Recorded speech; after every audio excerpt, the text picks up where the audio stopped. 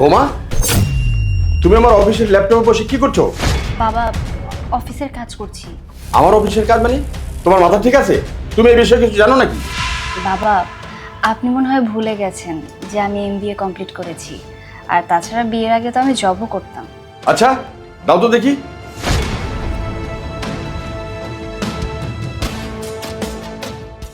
আরে বাহ, তুমি তো আমার অফিসের সব কাজই সেরে ফেলেছো।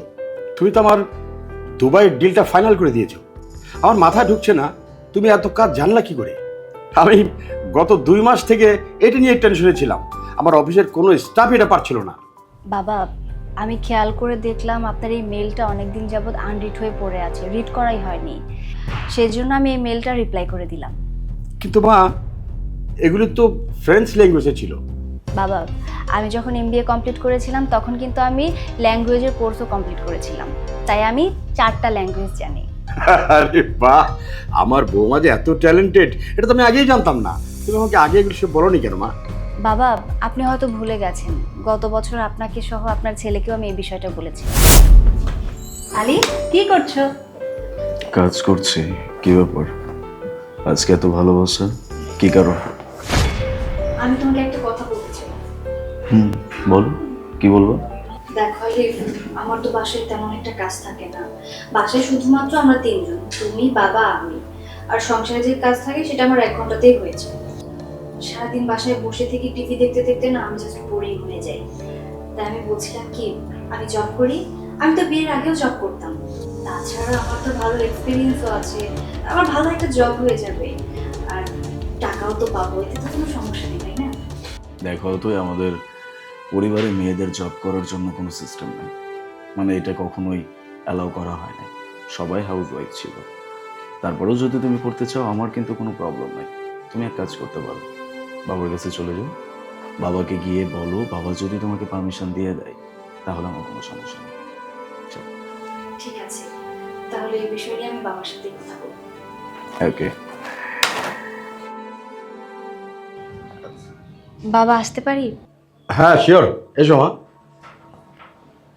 বাবা, আমার না কিছু কথা বলার ছিল। হ্যাঁ মা, বলো।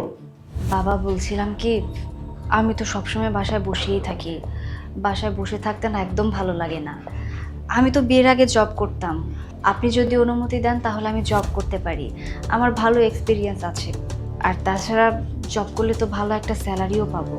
মা, আমাদের ফ্যামিলিতে বউকে দিয়ে কাজ করায় না। আমি ইনকাম করছি, আলিফ ইনকাম করছে। আল্লাহর রহমতে আমাদের ব্যবসা তো ভালো চলছে। আমাদের ব্যবসা যদি ভালো নাও চলতো তাও আমরা বউকে দিয়ে কাজ করাতাম না। যদি বউকে দিয়ে কাজ করাই তাহলে সমাজ কি বলবে? তোমার জব করার কোনো দরকার নেই মা। ঠিক আছে বাবা। মা, আমার ভুল হয়ে গেছে, আমাকে তুমি মাফ করে দিও। আমি তো বুঝতেই পারছিলাম না যে আমার বৌমা এত ট্যালেন্টেড। আর যদি বুঝতে পারতাম তাহলে যে 2 মাসে আমার ফ্যাক্টরিতে এত লস হইত না। আর হ্যাঁ মা, কাল থেকে তুমি আমার অফিসের সব কাজ করবে। বাহ, এটা তো খুব ভালো কথা বাবা। কিন্তু সমাজের লোক কি বলবে বাবা? আরে সমাজ কি বলবে এটা আমার কিছু আসে যায় না। সমাজ তো আমাকে খেতে দেয় না। আর হ্যাঁ, আগামীকাল থেকে আমার অফিসের সব কাজ তুমি করবে, আর অফিসের সব দায়িত্ব আমি তোমাকে দেবো। ধন্যবাদ বাবা। বেঁচে থাকো মা। বাবা, আমি আরো কিছু কাজ করে দিই আপনাকে। হ্যাঁ মা, এই নাও, তুমি কাজ করো, আমি তাহলে যাই। ঠিক আছে বাবা।